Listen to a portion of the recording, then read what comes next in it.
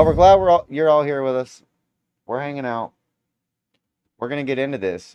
So, near-death experiences. I don't have any personal relationship with these. I've never met anybody with a near-death story in person. I did talk to some people last night on my shit-talking stream that had a near-death experience. Do we believe her? Maybe we do. Maybe we don't. Who knows? Who knows? It's hard to tell what kind of imagery your brain is going to show you when it shuts down or almost shuts down or is in the process of rebooting or whatever the fuck it's doing when you almost die. So some scientists say that everybody sees the white light, and they have it explained with some scientific explanation. I don't know if we buy that or not, because honestly, when it comes to the brain, scientists are pretty stupid. They know absolutely nothing, and they're just guessing. They're just guessing, because none of us are smart enough to hack the intricate circuitry of a brain that was designed by the creator. So let's just type in near-death experience 12 hours in heaven. See if we get a different video. The specific story I was interested in, so I kind of want to hear this specific one, but...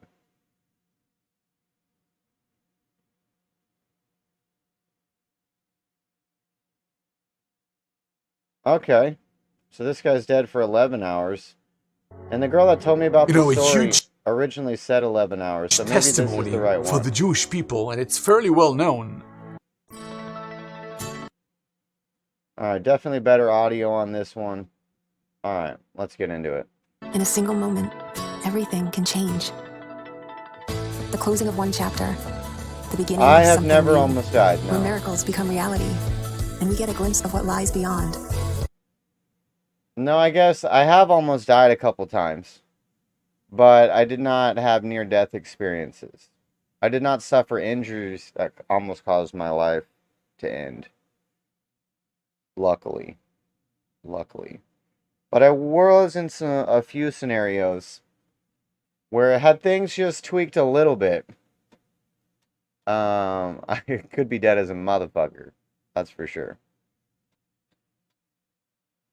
The place where heaven meets earth. Leslie sent me a link.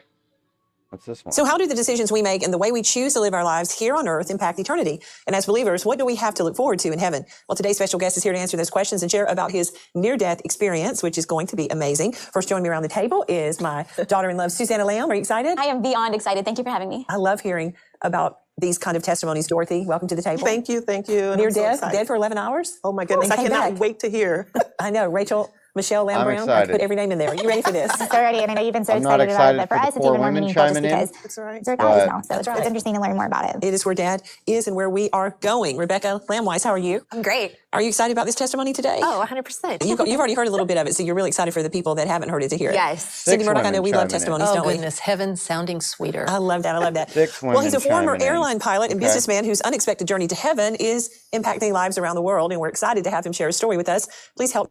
All right. Leslie sent us over another one to check out after this. So we're going to get into this. We're getting into some other stuff. But get involved in the chat, people. Let me know. We welcome Jim Woodford. Welcome. Hello there. Hey, Jim. In eternity. Yes, there is a place called Encounter. Welcome. Thank you, Joni. Thank you for coming all the way from Canada and your book, Heaven, An Unexpected Journey. I know we'll barely scratch the surface, so you're going to have to get the book and read every word.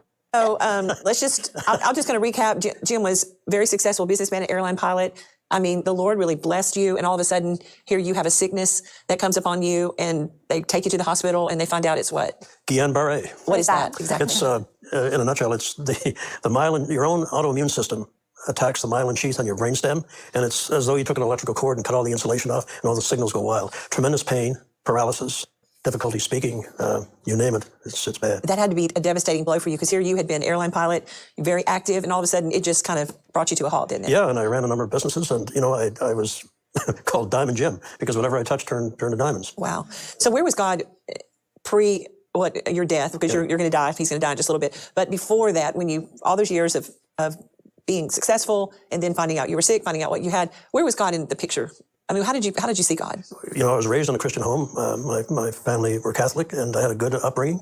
But as I got older, I suppose like many of us, I gravitated toward the business of making life and making success, that sort of thing. So, and with my success at whatever I attempted, I developed Started arrogance. worshiping money? And Okay. slowly, I suppose like everyone, I hoped that someone was in charge of the chaos. So I wasn't an agnostic, but I certainly wasn't a true believer. Okay, so let's jump ahead if we could a little bit, because I want to make sure and get all of heaven in, because it's so amazing, the story.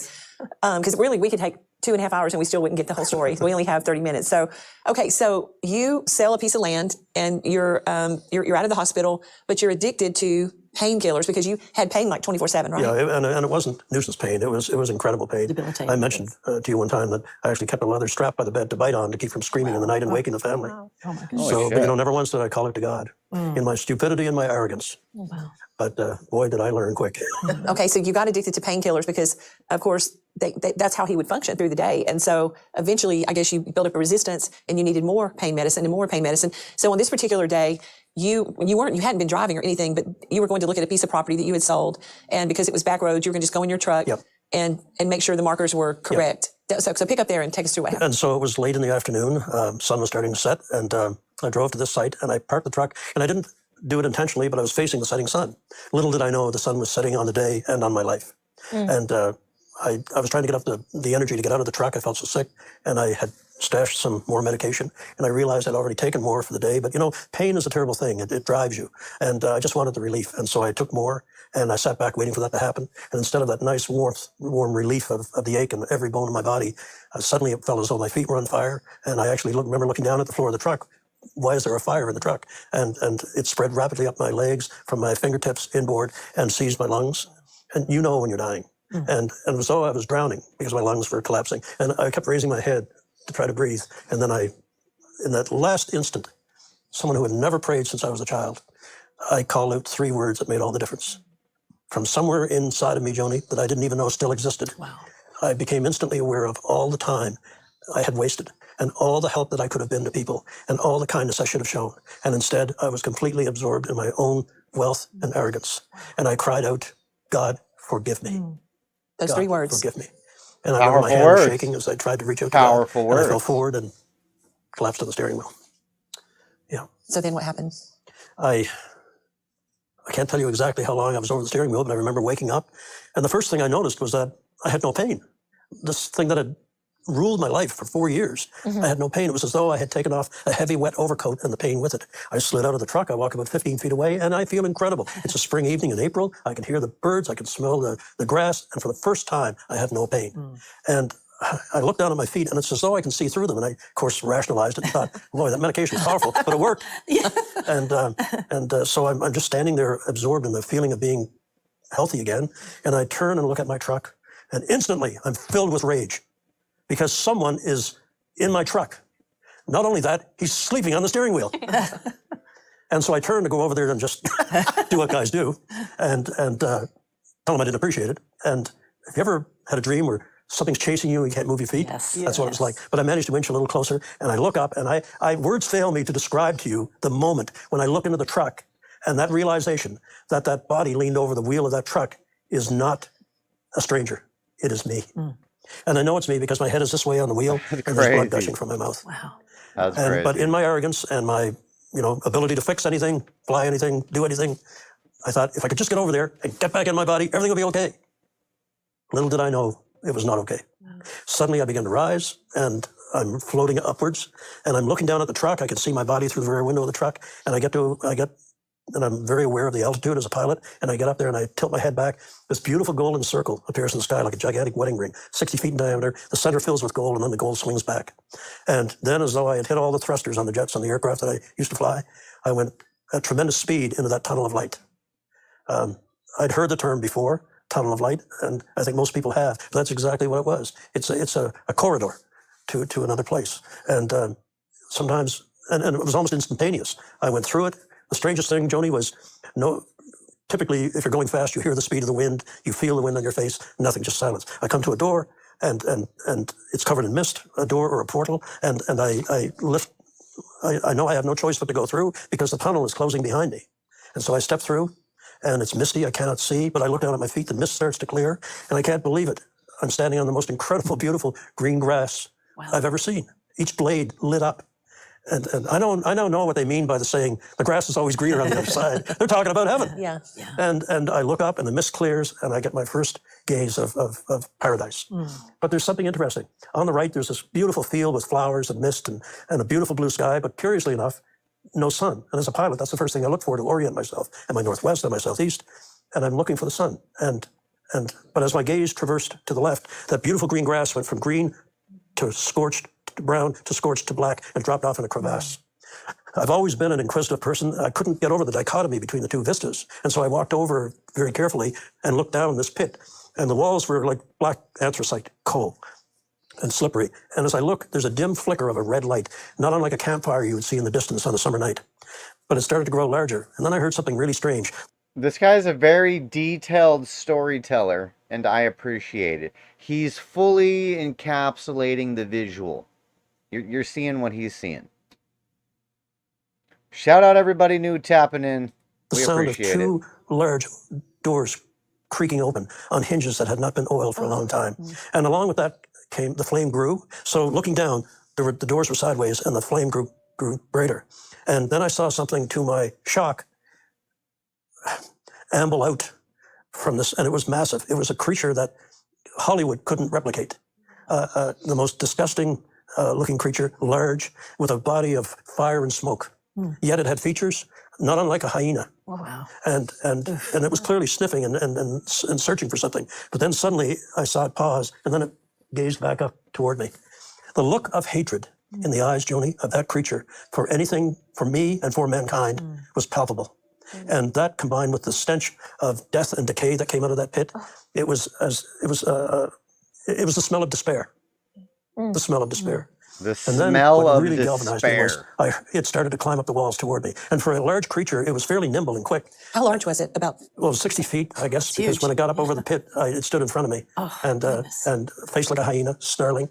I mean, you know, the old-time pastors weren't wrong. Right. We laugh at them now because, oh, well, how bad can it be? Let me tell you something, folks. You don't want to see what I saw. Yeah. You don't. And Hollywood couldn't replicate it. And slobbering, it was drooling. I could hear the sound of its drool slapping the ground. But the worst thing was I heard my name being called. How terrifying. My name. This creature knew me. Yeah. And I'm trying to rationalize. I wasn't that bad a guy. I didn't think I was. Yeah. I didn't kill anyone, I didn't rob anyone, I didn't hurt anyone, but I wasn't as kind unless I got a tax receipt. And so and then along with that, my name being called, Jim, we are here for you. This is your time with us. Damn. And then the strangest thing happened. I heard screaming, but here's the sick part. The screaming was coming from within the body of this creature. It was as though it had consumed souls, and they were screaming for release. Oh my goodness. I mean, this is what hell is. Yeah. This is not some fairy tale. Yeah. And it came up out of the pit, and I staggered backwards, and I turned my back to it to keep my sanity. And keep in mind, folks, this story is coming from a non-believer. Well, I'm sure this motherfucker believes now. But at the time he's experiencing this, he's what they would say a non-believer. And I felt a claw right down my back. All the while it's calling my name and trying. And I really feel that if I had turned around, that would have been acceptance. And I would have been snatched. But instead, remember the 3 words I cried out at the God trap? forgive me. God forgive me. The next 3 were magical. I turned toward that beautiful vista to my right, and I lifted both my hands, and I cried out, God, help me. Help me. I who ignored him, expected nothing. And he gave me everything. It's so good. And suddenly 3 points of light appear in the sky. They come rushing toward me. And they form, and I realized they're angels. The light came over me and went behind me, and I turned in time to see that light strike the demon. And when it did, it shrieked and screamed and scrambled back down in that pit. Darkness and evil cannot exist in the light of God. And you here at Daystar are the light of God. Amen. You fight the fight that no one realizes, keeping evil at bay. God bless you.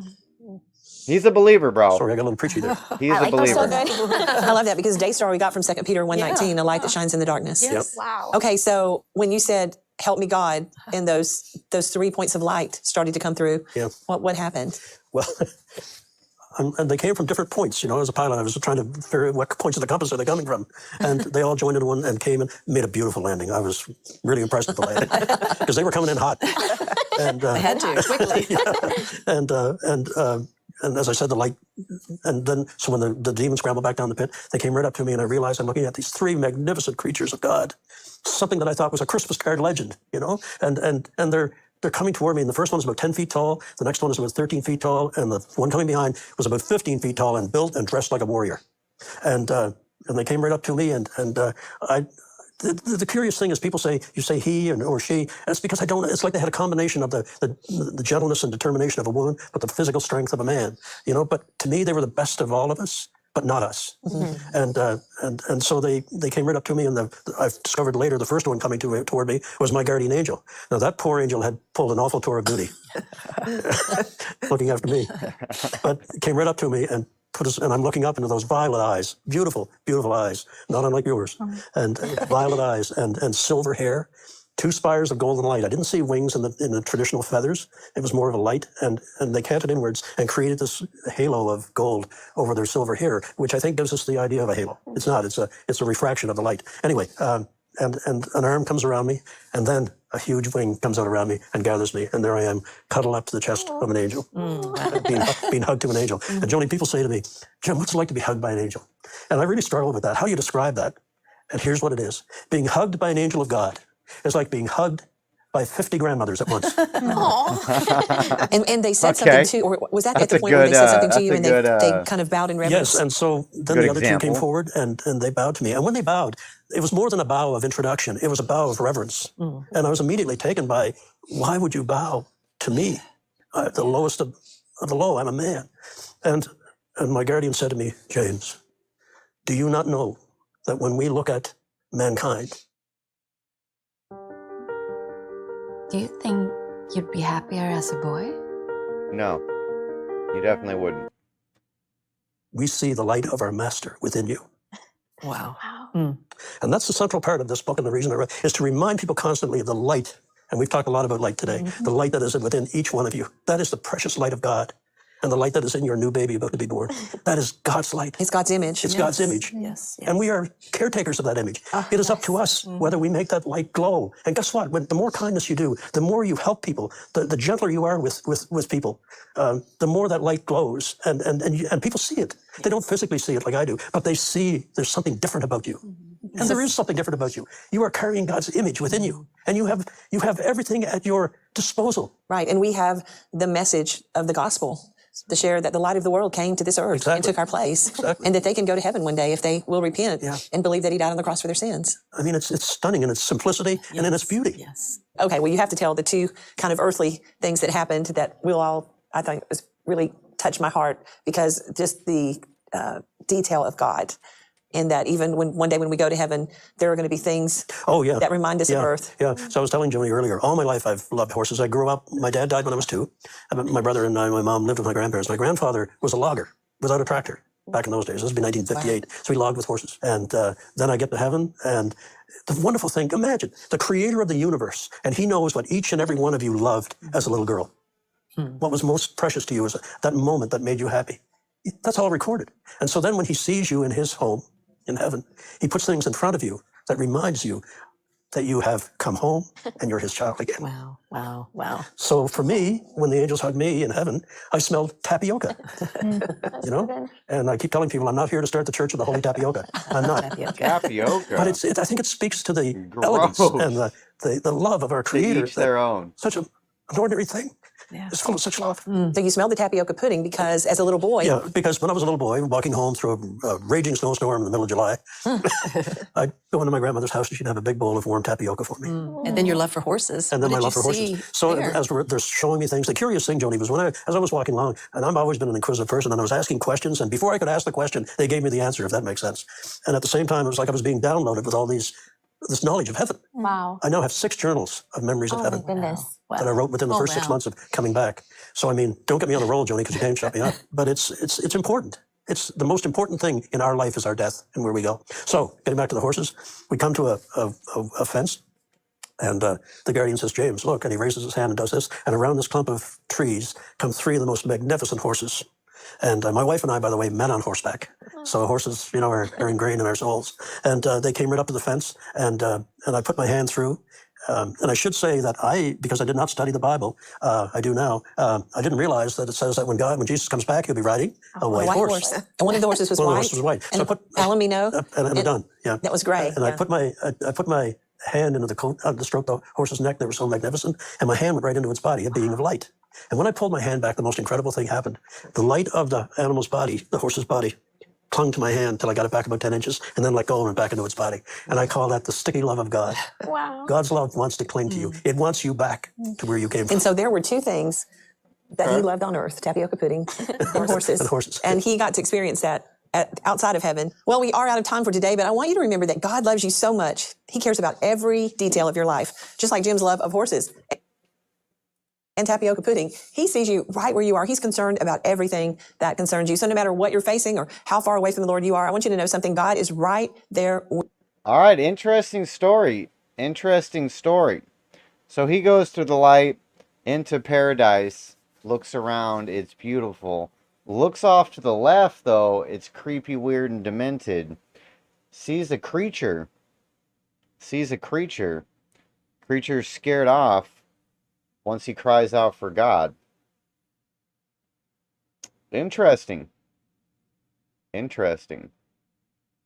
Now here's the question, based on any of you Bible thumpers, because I'm not a Bible thumper. Does the Bible, or before he died,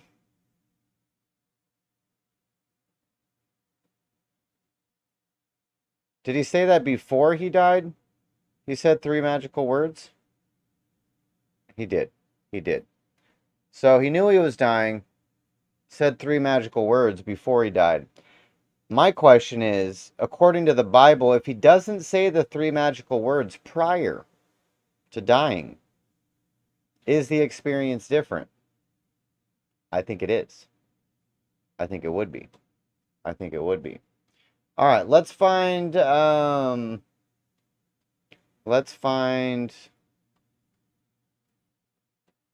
next video we wanted to check out. Most people have no clue that in 2023 the best way to make money on Amazon is not. Shout out Every time I tell Leslie. this story.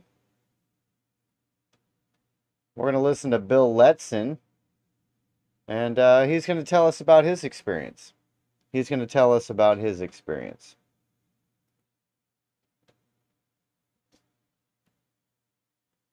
I don't know why the Rumble screen just went green, but it's back. So Leslie watched this a couple weeks ago, found it interesting, wanted to share it, so she did. We're here. I just start smiling because it all comes back. So I heard you had a near-death experience. Let's hear about it. Okay, it was 1994. I was working as a firefighter in Santa Barbara. I was at Station 11 on a paramedic engine. I was an engineer. I drove. And there was a powerful flu epidemic going on in the area. And lots of people were sick, and emergency rooms were full of people. And we went to a patient. She'd been cooped up in her room, and she was really ill. And it was obvious we had to move fast because everything about her was wrong. And I grabbed the O2 and booted across the bed and got above her and got a mask on her. And as I was fixing it, tightening it up, she let out this big exhale because she so happy that we had arrived. And I was taking a breath in, and I felt my lungs fill with her breath. And I said, well, if that's not an inoculation, I don't know what is. And a couple of days later, I was really sick. At this point, I was really ill, and I was at home. I was circling the drain. It was hard to get out of bed. I was throwing up, and it going the other way. It was an afternoon of the third day. I think I was looking in the mirror, and I said, very interesting sickness this guy's talking about. Also about a flu taking out the town. I might be interested in researching what kind of flu was going on in this town back in the 90s. Man, I don't even look like myself. Everything was dark. My heart was racing. It was like 150. And I tried to take my pulse at my wrist because that's a good indicator of what your blood pressure is. And I couldn't get a pulse at my wrist, so I knew it was below 80. So I called my niece, I called my sister, and my niece picked up, and I tried to talk to her, and it was just a whisper. And she knew there was trouble. She hung up, dialed 911, and Santa Barbara County Fire came and picked me up. Guys did a wonderful job. They started high flow IVs. It was obvious that I was severely dehydrated, and got me in an ambulance and got me to the hospital. And when we went in, the place was full. It was full of people, full of kids and adults, and everybody had this same really powerful flu. And I got put in a room, and they kept changing out the IVs. I had a couple of bags by then. I think another one was hung. By the next day, when I left, they said they'd given me 11 liters of fluids. They're trying to float the system because something happened, and I don't blame anybody, or I don't have any ill feelings towards anybody about it, because it led to this event, which was something that was meant to be. So and anyway, the nurse came in and she said everyone's getting these two drugs, something for pain, which was a morphine type thing, and something for nausea. She pushed him into the IV port, and I kind of was sitting up. I was getting dressed. My wife was there, and I was like, I think I can go home. And she goes, nope, the doctor hasn't even seen you yet, and these are orders for everybody. Anyway, she pushed it, and I keeled over. And my wife said that. All right, now I know the whole point is to listen to his near-death experience, and we're gonna get there. But his being sick and dying story is very intriguing to me. What is this mysterious flu hurting the town? What is this secret fucking recipe that they've concocted to supposedly fix everybody that makes him keel over? I'm almost more intrigued now by what sent him to the experience than the experience. It really scared them. They came in and they Narcaned you, and Narcan is something that gobbles up the opiates, and they Narcaned you. She had it written down 3 times, and you weren't coming back. So they put me in intensive care for the night and had all this equipment and tubes and stuff on me, and I don't know any of this. My wife hung in there, and at some point during that night, I left my body. And I found myself flying through this star-filled realm. Every time I tell this story, I just start smiling because it all comes back. But yeah, I was flying through this star-filled realm, and there were all these magnificent stars, orbs, all around me, and they were so welcoming, and it was like I was being paraded through, and all I felt was everything a human ever wants to feel. Just acceptance and love and joy and being held. And all those things, all those negative things that we have about ourselves, they were gone. They were absolutely gone. Things like, anger and resentment or spite or jealousy. In my opinion, those emotions do not travel with us. They stay here. They're tools for us to learn from. So anyway, I was flying through this star-filled realm, feeling absolutely ecstatic, like a cosmic orgasm. And it wasn't just an explosion. That was a full-time vibe. That is what we come from. Did he just use the verbiage cosmic orgasm? That's probably not appropriate. We get glimpses of it here when we score the winning touchdown, or we get that job we wanted, or get the girl, and all these victories, as you roll them all into one, times it by 1,000,000, that is your vibration. So yeah, we come down here to push against this really dense, harsh vibrations. And it's really a wonderful gift. It really is. I'm cruising along, and there was a cosmic orgasm, just continuous, and I felt like I'd been released from a hot, dark closet, and I was this huge expanded cloud, a huge expanded balloon. It seemed like I went out forever. And the thing that I kept saying while I was flying along and I was enjoying everything, and I kept saying, how in the world did I believe I was this dude? It was such a crazy trick that I was this person, and I had all these good points and bad points, and buttons. We all have them, emotional buttons that are going to send me into whatever depression. And they were gone. All that was gone. All that was gone, and that remained with the person that was Bill Letson. And I had full knowledge of Bill Letson's entire life and knew all the details, and I didn't want anything to do with it. And I like him. He's a good guy, but I didn't want anything to do with it. The thought of going back was out of the question. I was well aware that my body was behind, and it was like a banana peel. What are you going to do with a banana peel? Throw it away. And that's what it felt like. So I was flying along, and then all of a sudden I landed. I landed in a place that was solid. This is a metabolism killer. This is a metabolism killer. And even this is a metabolism. True. It had indirect lighting, and there were gurneys around, and there was equipment that was hanging from the ceiling. It was like a facility or a clinic or something. And right in front of me there were beings. There were these 3 short little hooded guys, and they looked exactly like those beings in the movie Communion. The guys I saw, they were in front of me. They had big smiles on their face, and they had these dark hoods and squatty little bodies. And one woman wrote to me, and she said, I was taken by these many times as a kid. And she goes, I called them the Warthog Men. The Warthog Men have come and taken me. And she said, when I saw that movie Communion, I dropped my popcorn. And says that they looked exactly like that. And I've gotten a number of emails from people saying, thank you for doing this because I thought it was just mine. So anyway, yeah, they look kind of, I don't know, creepy is the right word, but they look different. But for me, they were sweethearts.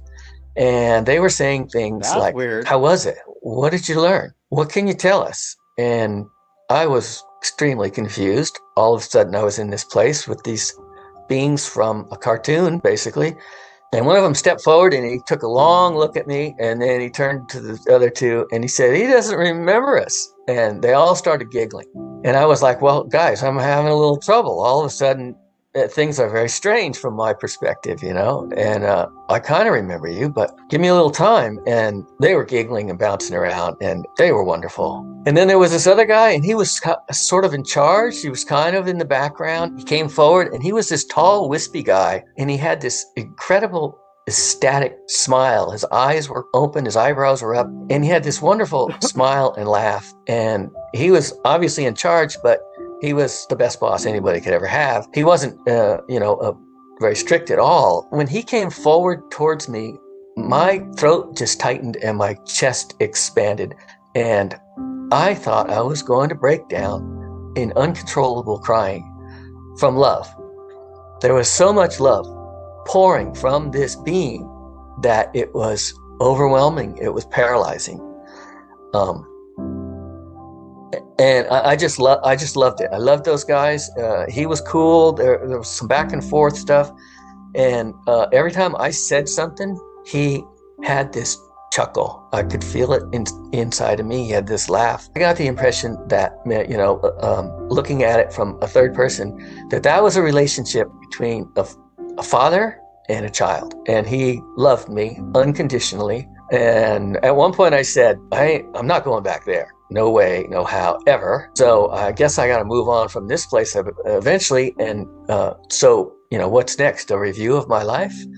Would you guys like to get started with that? And he just loved that. He just cracked up like I was a little toddler trying to take over. And he said, sure, let's do that. How do you want to start? So I started talking, and I was telling stories about jobs that I wish they'd taken. My wife and I got this offer for this job on an island off the coast, and we were going to live on this island by ourselves and take care of the wildlife. And it was really super remote. It was like an hour helicopter ride off the coast. And she wanted that. That was right up her alley. And I took a fire job. I still wanted excitement. But I wish I'd done that for her, because she's never asked for anything, but she did want that. So yeah, I talked a little bit about that and a few other things, and nobody was listening. They didn't care. It was obvious that I was brought in there for a quick show and tell, and I wasn't staying. It wasn't the end of my life, and I was the only one in the room that didn't know that. And at one point he said, okay, that's enough. He stepped forward like a father and said, time to go back. And that just floored me. I was like, what? Go back? I'm not going back there. There's no way. He says, yeah, you got to go back. You got things to do, and they're important. And the three little guys, it was like they were reassigned. They just disappeared. They went. He's like, no, you actually are. You got shit to do. Somewhere else in that facility. And it was just he and I, and he came forward, and he's like, okay, you're going back. And as he stepped forward, I felt myself slipping back. The place just started to break up. It started to dematerialize. It's like I was being beamed out of there, and I was going to another channel. I was going to another frequency, and it was a descending feeling, and I dropped away into darkness. It wasn't a good place. It wasn't someplace you wanted to be. It was lonely, and it was dismal, and you didn't want to stay there. Then I was back in my body, and I woke up, and a nurse came by, and she says, you're awake? And I'm like, yeah, I need to talk to you. And she said, I just got to go tell the doctor. We've been worried about you. We didn't know what was going to happen with you. We didn't know what was going on. And I said, okay, that's cool. You can go talk to the doctor. But first, what am I doing back here? You know, I was pissed. I said, I was home. I'd made it out of here. I was home with my best bros. How is it that I ended up back here? I had bought the farm. I was convinced of it. She said, honey, you've been in escrow, but you fell out of escrow, and now you're back with us, and you're going to have to get your head around that. And I thought that was, looking back, that was really good advice, because after that experience, anybody who has an experience like that, the yogis and the spiritual teachers, they'll tell you, get back in your life and chop wood and carry water and do the things that support your life and keep it going, because you're on a journey. You're a soldier for the higher self, this higher version of you that came for experiences that are mapped out. Get back on the job and make them proud on the other side that you gave your best and you made the highest vibration choices in this life. What was the dark place that you spent a little time in, and what was its point? What's the purpose of it? It's up to us to create our vibration. When we live our life and our vibration is low because we've been selfish and self-centered and mean-spirited, and we all know these people, we've all met them. And when we leave our bodies, when we die and leave our bodies, our vibration is going to match that low vibration of those lower places, and that's where we'll be stuck. It's not forever. It's just till we sort out where we went wrong in this life, and because we are these infinite amazing beings. If you listen to those people who they give a video about going to hell, almost every time it's like they sort it out. One woman was in a coma for weeks, and at one point she sorted it out, and she started singing a spiritual song that she sang in church, and she popped right out of hell. and she said that most of the time she had no idea she was dead. This thing about leaving this world in an astonished state. You're going to bump around in these low vibrational places until you can sort out that astonishment. And for some, it could be a long time. Edgar Cayce, when he used to leave his body to give a reading, he would sit quietly until the vibration started right in his eyes, and he would start that REM sleep, that blinking thing that you talked about, and I feel it all the time. Then he would find himself a little speck of light outside of his body, and he knew that he had to follow the light in order to stay safe.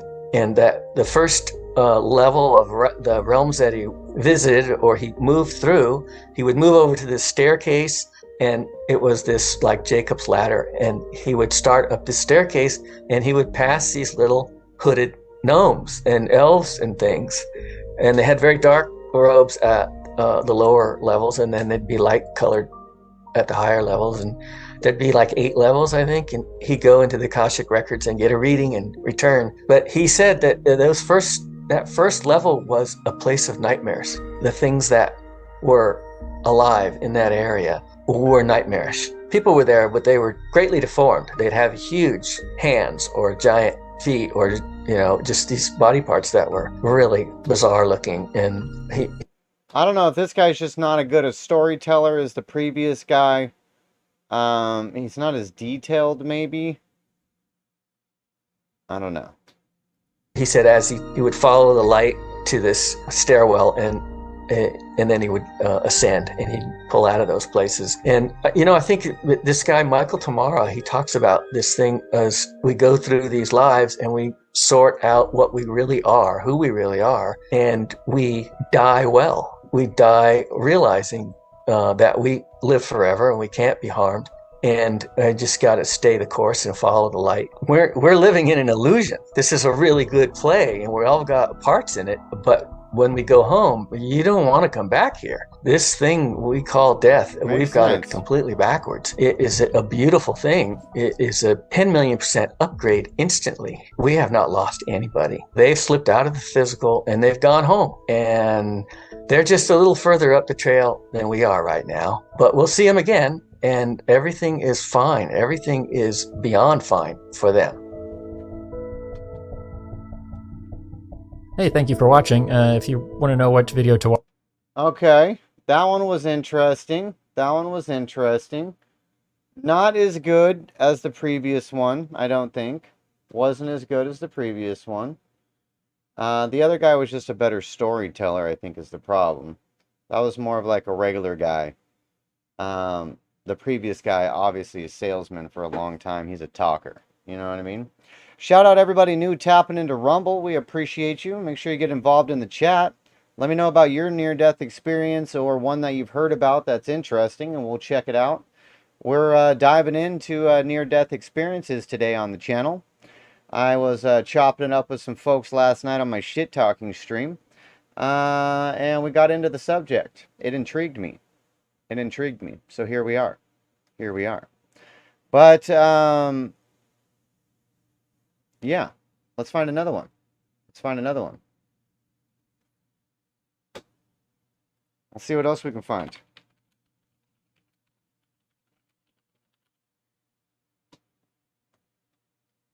Actually, what we might want to look up is numbers. How many people have these? How many people have near-death experiences?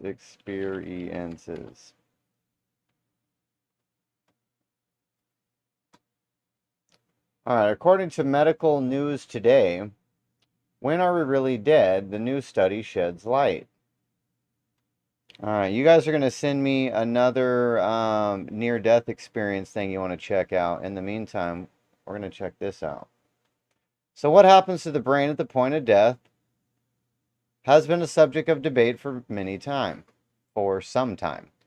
Some people who have had near-death experiences report a phenomenon of their life flashing before their eyes. In 2016, some doctors accidentally recorded a dying man's brain activity. He had a cardiac arrest while undergoing a brain scan. The brain signals recorded just before and after the heart stopped are similar to those that people experience when recalling memories, and those recorded at the point of death in rats. Many people who have a near-death experience report that their life flashed before their eyes. However, of course, it's impossible to determine if people experience this phenomenon routinely when they die. Health experts commonly consider that clinical death occurs at the moment the heart stops beating, but little is known about how long the brain remains alive, or at least how long brain signals continue to be sent after this. Now, a paper in the Journal of Frontiers in Aging Neuroscience analyzing a single case study has shown that brain signals continue for 30 seconds after the heart stops working. Dr. Jessica Andrews Hanna, assistant professor of cognition and neural systems at the University of Arizona, who was not involved in the research, told Medical News Today in an email that the study could not be generalizable to other individuals, as it reported findings from just one 87-year-old patient. Nevertheless, she said it is striking that the brainwave patterns leading up to this man's death were similar to those associated with memory, dreaming, and other thought processing involving crosstalks cross-talk between many brain regions. Together, these findings offer a rare yet tentative glimpse into the mind near its final moments. Interesting. Very interesting. So, accidental discovery. In a paper, researchers outline how an 87-year-old male patient attended a hospital in Vancouver, Canada, in 2016 after a fall caused a brain bleed. He underwent an operation to test the brain bleed, but he started experiencing seizures 2 days later. Healthcare professionals administered an anti-epileptic drug, phentoin, and whatever it is, to treat his seizures and underwent an EEG to determine their cause. While he was receiving the EEG, at least 12 separate electrographic seizures were observable. The patient then experienced a cardiac arrest, and after consultation with his family, who explained he had a do not resuscitate order, his healthcare team stopped treatment. However, they recorded a total of 900 seconds of EEG data. Interesting.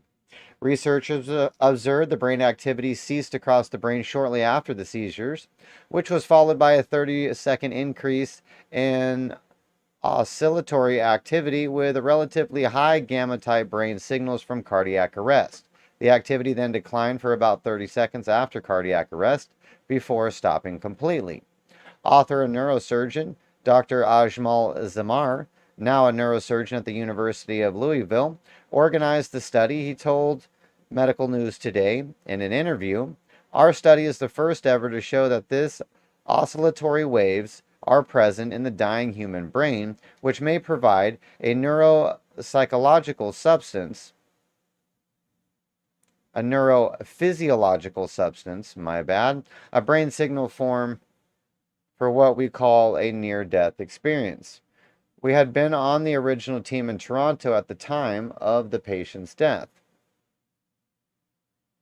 Okay, so this is what I was kind of talking about earlier in the live, that science thinks that your brainwave activities continue after your heart stops, therefore allowing people to experience these events like in a dream state type of situation.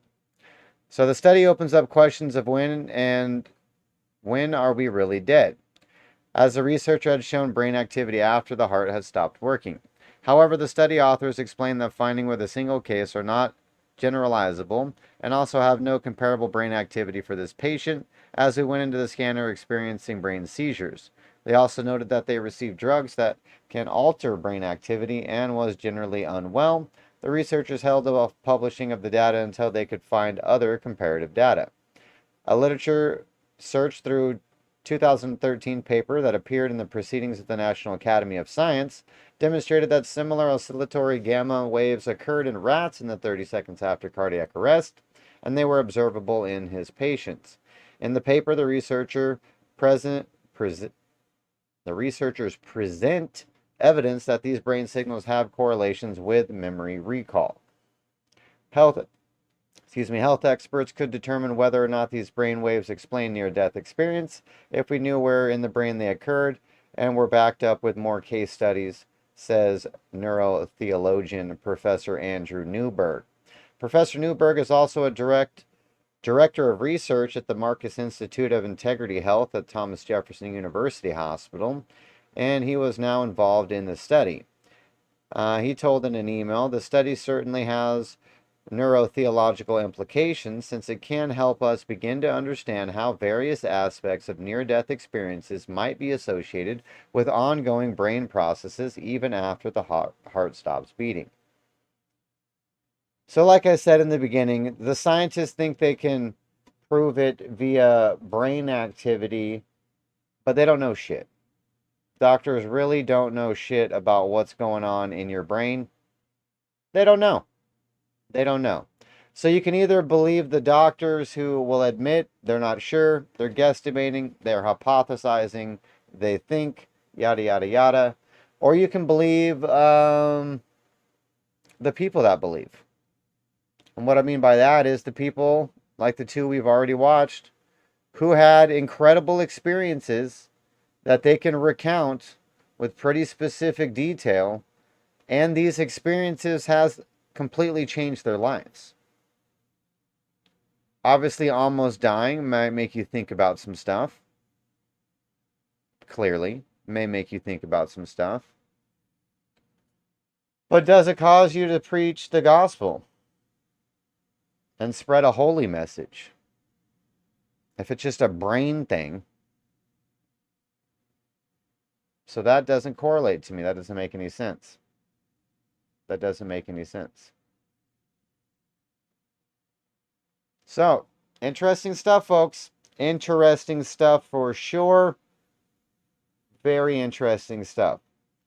All right. Well, if you're new to the live, we appreciate you. We're going to keep going. We're going to check out some more stuff. If you watch this when we drop it as a video, get involved in the comments. I expect long comments on this one so people can tell me stuff. I'm interested. Let me know. I read all my comments, so don't feel that your comment will land on deaf ears. I will check it out. I will definitely check it out. But I appreciate everybody that stopped by for this. Like I said, if you're on the live, we're going to keep going. But if you stopped in for the video, we got lots of videos. There's probably 1,000 on my channel so far. We're shaking and moving. We post daily.